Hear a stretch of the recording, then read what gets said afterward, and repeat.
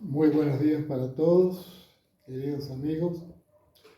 Soy el ingeniero Mario Alberto Batallón, presidente de la Delegación Mendoza del Instituto Nacional Liberiano, y estas son mis palabras de conmemoración del 108º aniversario del fallecimiento del ingeniero y aviador Jorge Alejandro Newbery. Habitualmente, cuando evocamos al ingeniero Newbery, inmediatamente lo recordamos como un gran aeronauta y aviador, o como el fundador del Aeroclub Argentino, o de la Escuela de Aviación Militar, o como el padre de la aeronáutica argentina, y también, y esto es importante, como un destacado y reconocido deportista. Hablar de Jorge Newbery es hablar de un gran argentino, dotado de una personalidad polifacética, fruto de su gran capacidad. Como aeronauta y aviador, batió todo tipo de récords, tanto de distancia como de altura y duración en globos aerostáticos, y 40 ascensiones en 3 años, y el cruce del estuario del Río de la Plata en globo así lo atestiguan. Con el aeroplano batió el récord de distancia sobre el agua al efectuar el doble cruce del Río de la Plata en el mismo día, y logró en el mes de febrero del año 1914 el récord mundial de altura en la ciudad de Buenos Aires. Su nombre era reconocido en todos los ambientes aeronáuticos de América y Europa. En 1913, y ante los pilotos más calificados del mundo, dio una conferencia sobre el valor científico de las experiencias de vuelo de altura en el Instituto Eiffel de París. Por sus méritos, el gobierno de España le otorgó la Cruz del Mérito Militar, en tanto que el de Francia lo honró con los cordones de la Legión de Honor. Y en el agasajo de despedida, los más afamados políticos europeos le obsequiaron una cigarrera de oro con todos sus nombres grabados en ella. Gran deportista, se destacó en la práctica del boxeo, natación, automovilismo, esgrima y remo, entre otros deportes. Obtuvo importantes títulos de box en los años 1899, 1902 y 1903. Primer premio en natación en el año 1902 y primer premio en remo en 1908. Y por si fuera poco, fue una de las personalidades que más impulsó en la Argentina la práctica del deporte cuando aún no estaba o no existía reconocimiento para esta actividad en la Argentina. Tal vez menos conocidos sean sus semblantes científicos o su idoneidad y dedicación como funcionario público. Jorge Alejandro Newbery fue pionero de la ingeniería argentina, pues ocupó el sitial de ser el primer ingeniero electricista que tuvimos. Y, por si fuera poco, se desempeñó como funcionario honesto, eficiente y esforzado. Fue en estos aspectos un innovador en el campo de la tecnología, un promotor de la ciencia y la cultura en el país. Muy pocos conocen que fue uno de los primeros en estudiar con seriedad la cuestión del petróleo en la Argentina y que fue además, por si todo esto fuera poco, un gran defensor del ser nacional. Digamos a esta altura que Jorge Newbery escribió un libro del petróleo y 15 publicaciones técnicas científicas, 5 publicadas en la revista municipal de la ciudad de Buenos Aires, 6 nada menos que en los anales de la Sociedad Científica Argentina y 2 de divulgación aeronáutica, una en el diario La Nación y otra en la revista Caras y Caretas, donde demuestra su clara visión estratégica de futuro de la aviación en nuestro país. También fue el pionero de las utopías, porque en aquella época los globos libres eran una utopía. Una utopía aún mayor eran los aeroplanos. Sin embargo, Jorge Newbery impuso los primeros y triunfó con los segundos. Consiguió para el ejército una escuela de aviación, para la República el récord mundial de altura y para el Aeroclub Argentino un puesto de honor en el Concierto Internacional de la Conquista del Espacio.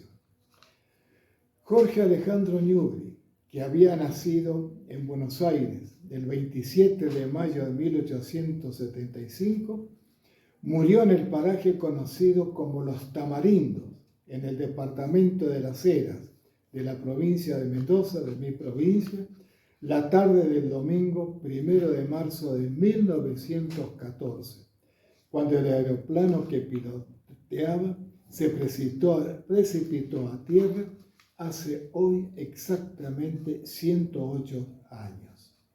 Y acá permítanme una pequeña digresión. Es sabido que Newbery accedió a hacer un vuelo ante la insistencia de unas damas que se lo pedían. No se pudo resistir. Pues bien, hace unos años, encontrándome yo en la legislatura mendocina, me encontré con una senadora provincial del Partido Demócrata, una personalidad, persona a la que yo conocía desde el año 1959, cuando era un orgulloso cadete del 5º año del Liceo Militar General Espejo. De encontrarnos en bailes, en fiestas, en reuniones, surgió una amistad que se mantuvo a través del tiempo. Voy a omitir el nombre de esta legisladora porque no la he localizado para pedirle permiso para esta narración. Pero comentándole lo que yo estaba haciendo, estaba gestionando que se declarara en Mendoza el día del nacimiento de Jorge Newbery como el día del ingeniero electricista o electromecánico en Mendoza. Ya contaba con la aprobación del Consejo Profesional de Ingenieros y Geólogos de esta provincia y con media sanción de la legislatura. Comentándole esto, ella me dijo: vos sabés que mi abuelita conversaba, y en aquella época le decíamos conversar, al mantener una relación de simpatía, un medio romance, con el ingeniero Newbery. Y yo creo que esta señora, la abuelita de esta legisladora, fue la que le pidió el vuelo. No lo he podido comprobar. Esta doctora en filosofía y letras me dijo que iba a buscar antecedentes, fotografía, que ella recordaba haber visto fotografías de su abuelita con Jorge Newbery, pero parece que con el transcurso de los años se han perdido. Ojalá pueda algún día recomponer esta historia. Esta salvedad, digamos que el sacrificio de Jorge Newbery no ha sido estéril. Sus enseñanzas sirvieron a muchos para acompañarlo en el camino del martirio y jalonaron, a su vez, el derrotero de nuestro destino. Pero de todo ello que fue su legado, son los aviadores de nuestra patria, los custodios del espíritu que, como mejor expresión de su herencia, lo inmortalizó en el recuerdo de cada argentino.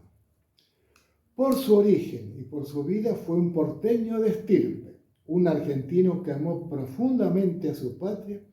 Por eso, sin quererlo, sin proponérselo siquiera, Jorge Newbery llegó a ser ídolo de su pueblo.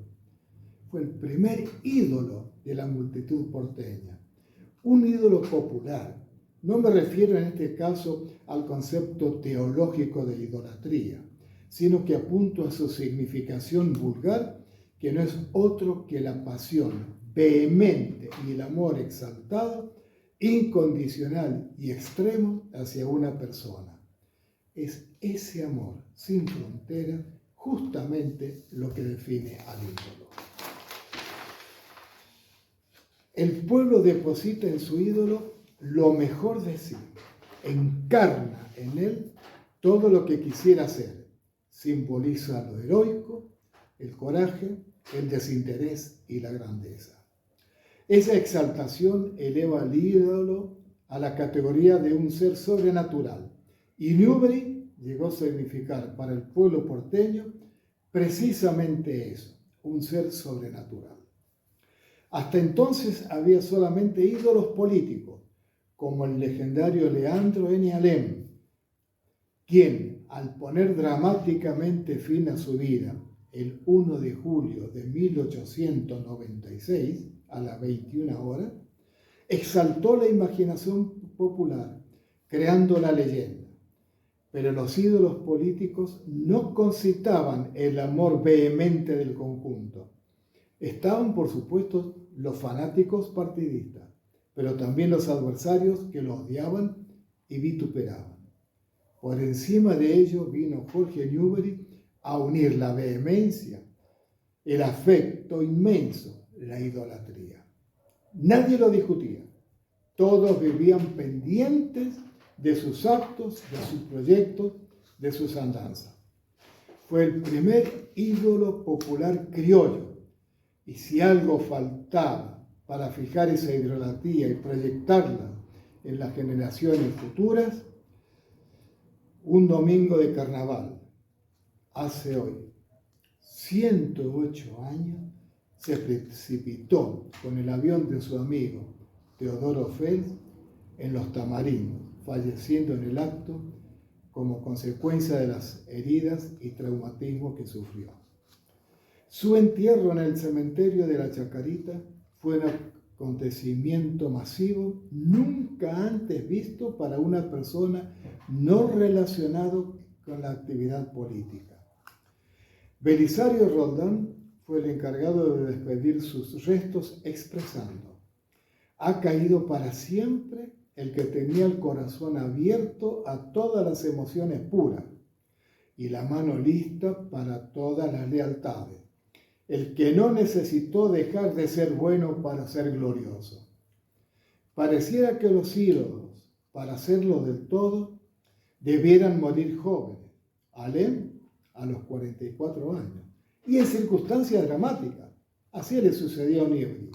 Así le sucedió a Gardel, que falleció a los 935 a la edad de 45 años. Y Newbery en 1914, casi cumpliendo 39 años. Y ya que mencioné a Gardel, vale la pena traer a colación que Jorge Newbery fue una de las personas a quienes más tangos se le dedicaron. Entre los tangos que se le ofrendaron, no puedo dejar de citar la referencia que Celedonio Flores hace de él en Corrientes y Esmeraldas, cuando lo menciona como el cajetilla, que en el argot significa joven rico y fino, y que calzó de cross o golpeó a los guapos, que eran los hombres de cuchillo y pelea, los patoteros de aquella época, que paraban en las esquinas del siglo, a principios del siglo XX. Dice este fragmento de Corrientes Esmeralda, refiriéndose o inspirado en Newbery: amainaron guapos junto a tus ochavas cuando un cajetilla los calzó de cross, y te dieron lustre las patotas bravas allá por el año 902. La letra es de Celedonio Flores y la música de Pracánico. En esa esquina de referencia está ubicado el cabaret Royal Pigalle, frente al legendario Teatro Odeón, edificio que alojaba en sus pisos superiores al Royal Hotel y en el local de la Ochava al restaurante Royal Keller. Ambos, cabaret y restaurante, frecuentados por Newbery. Otros tangos dedicados a Newbery fueron Jorge Newbery, de Aquiles Barbieri, Prendete de del aeroplano de Jorge Ezcurra, de Pura cepa de Roberto Firpo, Newbery de Luciano Rivas, Un recuerdo a Newbery de José Arturo Severino, Tu sueño de Eduardo Arolas y El pampero de Luis Martino. También se realizó en el año 1975 una película sobre su vida, Más allá del sol, de Hugo Fregonese, protagonizada por Germán Kraus. Finalmente, en esta época que nos toca vivir con tantos dramas, quiero evocar unas palabras que alguna vez mencionó mi abuelo alemán, en alemán. Lo importante que era subsistir. Subsistir a pesar de todas las fuerzas adversas, mostrar fortaleza, no claudicar jamás. No claudicaremos, Jorge Newbery. Muchas gracias.